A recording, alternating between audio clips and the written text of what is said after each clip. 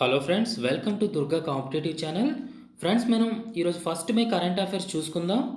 So as per the data released by the union rural development ministry, Chhattisgarh is the first state to provide employment to over 18.51 lakh unskilled labours under Mahatma Gandhi national rural employment guarantee scheme. So Mahatma Gandhi national rural employment guarantee scheme అనేది ఉంది కదా. So దీని ద్వారా ఎక్కువగా employment ఏ state అందించగలిగిందంటే Chhattisgarh. ఎంతమందికి అందించగలిగిందంటే 18,51,000 మెంబర్స్కి employment ఇప్పటి వరకు అయితే అందించగలిగింది. సో ఈ employment Mahatma Gandhi national rural employment guarantee scheme ద్వారా ఎక్కువగా ఎంప్లాయ్మెంట్ అందించిన స్టేట్ గవర్నమెంట్ ఏదంటే ఛత్తీస్గఢ్. సో నెక్స్ట్ చూసుకున్నట్లయితే Rajasthan second place, Uttar Pradesh third place. So ఈ స్కీమ్ ద్వారా ఎంప్లాయ్మెంట్ అందించిన వారిలో సెకండ్ ప్లేస్లో రాజస్థాన్, థర్డ్ ప్లేస్లో ఉత్తరప్రదేశ్ ఉంది. సో టాప్ ప్లేస్లో ఏ స్టేట్ ఉందంటే Chhattisgarh. Okay, next. According to Mercom India researches India solar market leaderboard 2020 report, India has installed 7.3 gigawatt of solar power in calendar year 2019, which consolidates its position as the third largest solar market in the world after China and US. So రీసెంట్గా మెర్కామ్ India researches ఇచ్చిన report ప్రకారం, so ఈ మెర్కామ్ India researches అనేది head quarters ఎక్కడ ఉందంటే కర్ణాటకలోని బెంగళూరులో ఉంది. సో ఈ యొక్క ఇన్స్టిట్యూట్ ఇచ్చిన రిపోర్ట్ ప్రకారం ఇండియా అనేది సోలార్ని ఏ విధంగా డెవలప్ చేస్తుంది, ఫినాన్షియల్ ఇయర్లో ఏ విధంగా డెవలప్ చేస్తుంది, 2019 డెవలప్ చేసిందంటే 7.3 జిగావాట్ సోలార్ పవర్ ఉత్పత్తి చేసే విధంగా ఇన్స్టాల్ చేయడం జరిగింది ఈ సోలార్ సెల్స్ని. సో 7.3 జిగావాట్ సోలార్ పవర్ని ఉత్పత్తి చేసే సోలార్ సెల్స్ని అనేది 2019 క్యాలెండర్ ఇయర్లో ఇన్స్టాల్ చేయడం జరిగింది. సో దీనివలన ఇండియా అనేది సోలార్ మార్కెట్లో ఎన్నో ప్లేస్కి చేరిందంటే థర్డ్ ప్లేస్కి చేరడం జరిగింది. సో ఫస్ట్ 2 ప్లేసెస్లో ఏ ఉన్నాయంటే చైనా అనేది ఫస్ట్ ప్లేస్లో ఉంది, యునైటెడ్ స్టేట్స్ అనేది సెకండ్ ప్లేస్లో ఉంది. ఓకే, సో సోలార్ మార్కెట్లో ఇండియా యొక్క ప్లేస్ ఎన్నో ప్లేస్లో ఉందంటే థర్డ్ ప్లేస్లో ఉంది. సో క్యాలెండర్ ఇయర్ 2019లో ఎన్ని జిగావాట్స్ సోలార్ పవర్స్ అనేది ఇన్స్టాల్ చేయడం జరిగిందంటే 7.3 జిగావాట్ సోలార్ పవర్ని ఇన్స్టాల్ చేయడం జరిగింది. Okay, next. United States agency of international development, one of the leading aid agency of the government of United States, has announced a new additional grant of $3 million in addition to the $2.9 million announced on 6th April 2020 help India to fight against the COVID-19 pandemic. Okay, so United స్టేట్స్కి సంబంధించినటువంటి United States agency of international development అనేది రీసెంట్గా ఇండియాకి $3 మిలియన్ల యొక్క ఆర్థిక సహాయాన్ని అందించడం జరిగింది. సో ఇంతకుముందు 6th April 2020లో అనౌన్స్ చేసిన ప్రకారం 2.9 మిలియన్స్ ఇంతకుముందు అందించడం జరిగింది. సో కొత్తగా మరో $3 మిలియన్ సహాయాన్ని అనేది అందించడం జరిగింది. సో దీంతో కలిపి టోటల్గా ఇండియాకి United States agency of international development అనేది ఎంత ఆర్థిక సహాయాన్ని అందించిందంటే $5.9 మిలియన్ అందించడం జరిగింది.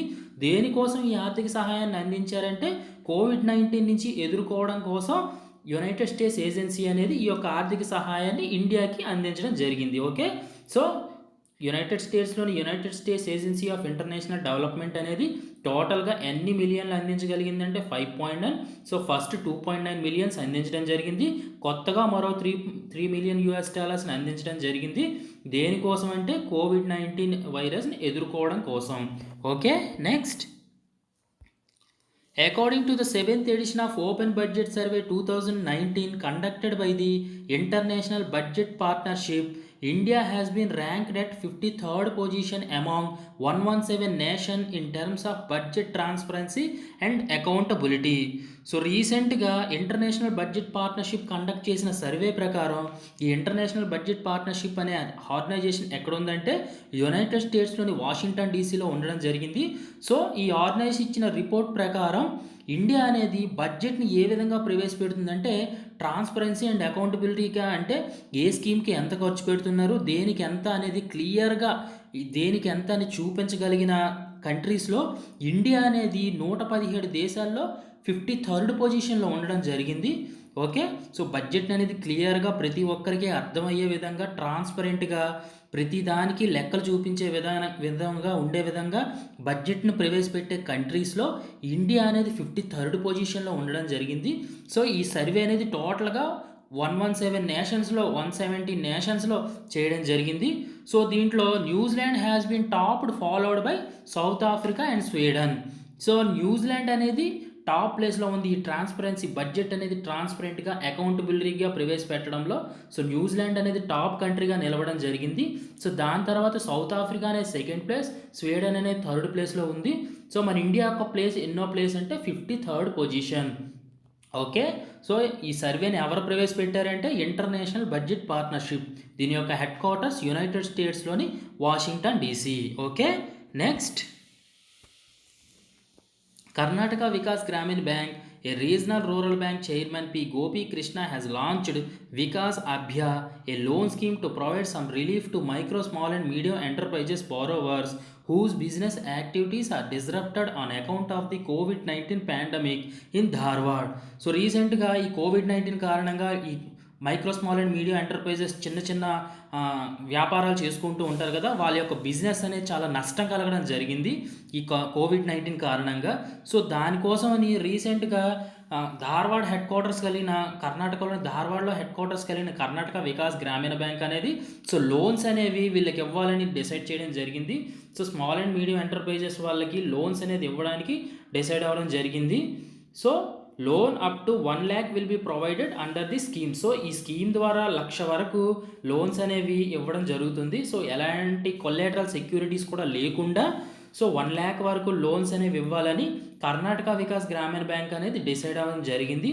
సో దానికోసం మనకు లోన్ స్కీమ్ అనేది ఏర్పాటు చేశారు. ఆ లోన్ స్కీమ్ నేమ్ ఏంటంటే వికాస్ అభ్య. వికాస్ అభ్య అనే లోన్ స్కీమ్ రీసెంట్గా ఏ బ్యాంక్ లాంచ్ చేయడం జరిగిందంటే Karnataka Vikas Gramin bank. So Karnataka Vikas Gramin bank chairman గారు ఎవరంటే P Gopi Krishna. Okay. So మన నోట్ పాయింట్లో చూసుకున్నట్లయితే Karnataka Vikas Gramin bank head quarters ఎక్కడ? ధార్వాడ్, కర్ణాటక. సో ఈ గ్రామీణ బ్యాంక్స్ అన్నింటికి కూడా పబ్లిక్ సెక్టర్ బ్యాంక్స్ అనేవి స్పాన్సర్ చేస్తూ ఉంటాయి కదా. సో కర్ణాటక వికాస్ గ్రామీణ బ్యాంక్ని స్పాన్సర్ చేసిన బ్యాంక్ ఏదంటే కెనరా బ్యాంక్. ఓకే. సో రీసెంట్గా వికాస్ అభ్య అనే లోన్ స్కీమ్ని ఏ బ్యాంక్ లాంచ్ చేయడం జరిగిందంటే Karnataka Vikas Gramin bank. Karnataka Vikas Gramin bank chairman P Gopi Krishna. So ఎవరికి లోన్స్ ఇవ్వడం జరుగుతుందంటే ధార్వాడ్లోని micro, small and medium enterprises borrowers కోసం ఈ లోన్ అనేది ఇవ్వడం జరుగుతుంది. ఓకే. నెక్స్ట్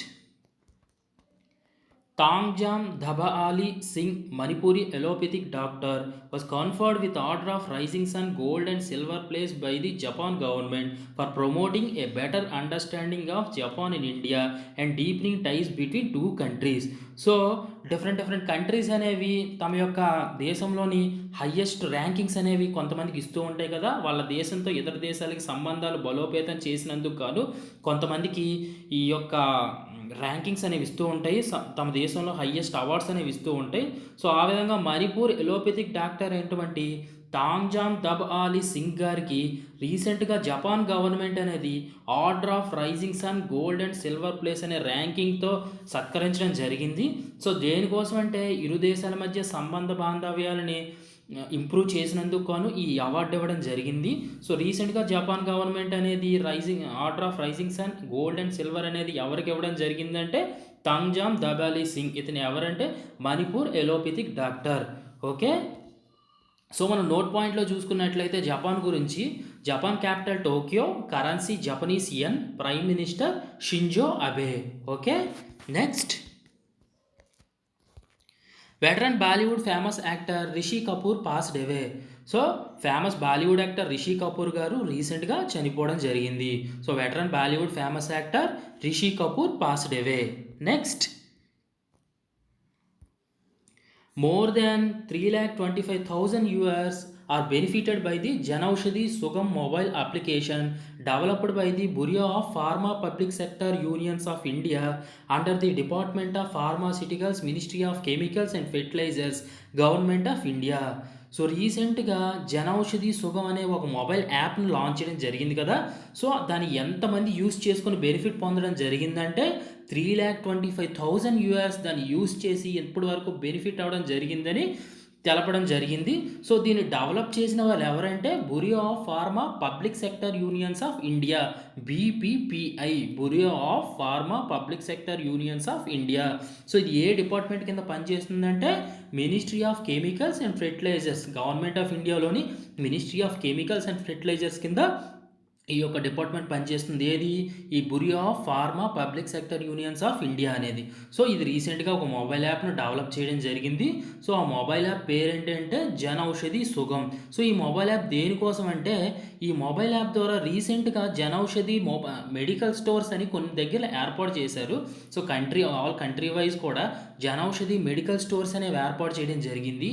సో, ఈ మెడికల్ స్టోర్స్ ఎక్కడున్నాయా అని తెలుసుకోవడం కోసం ఈ జనౌషధి సుగమ్ మొబైల్ యాప్ అనేది యూజ్ అవుతుంది.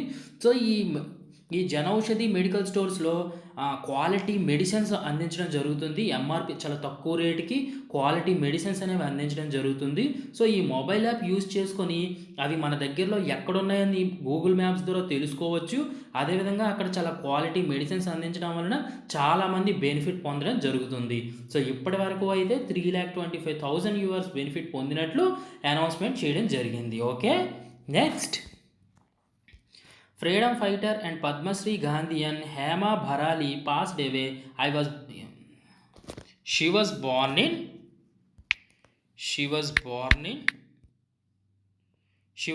in Assam. So, famous freedom fighter, అదేవిధంగా పద్మశ్రీ అవార్డీ, అదేవిధంగా గాంధీయన్ అంటే గాంధీయవాది అని అంటారు కదా. సో, రీసెంట్‌గా ఫ్రీడమ్ ఫైటర్ స్వతంత్ర సమరయోధంలో పాల్గొన్న, అదేవిధంగా పద్మశ్రీ అవార్డు వచ్చినటువంటి గాంధేయవాది అయినటువంటి హేమా బరాలి గారు రీసెంట్‌గా చనిపోవడం జరిగింది. సో, ఆమె ఎక్కడ జన్మించిందంటే Assam. Okay. So, freedom fighter, అదేవిధంగా పద్మశ్రీ అవార్డీ, గాంధేయవాది అయినటువంటి హేమా బరాలి గారు రీసెంట్‌గా చనిపోవడం జరిగింది. ఆమె ఎక్కడ జన్మించిందంటే Assam. Okay. Next, a book titled the room where it happened, a White House memoir, authored by John Bolton. So, రీసెంట్‌గా ఒక బుక్ అనేది ఒక ఫేమస్ ఆథర్ జాన్ బోల్టన్ గారు రాయడం జరిగింది. సో, ఆ బుక్ నేమ్ ఏంటంటే the room where it happened, a White House memoir అనే ఒక బుక్ అయితే రాయడం జరిగింది. సో, బుక్ నేమ్ ఇచ్చి ఆథర్స్ నేమ్ అడుగుతూ ఉంటాడు.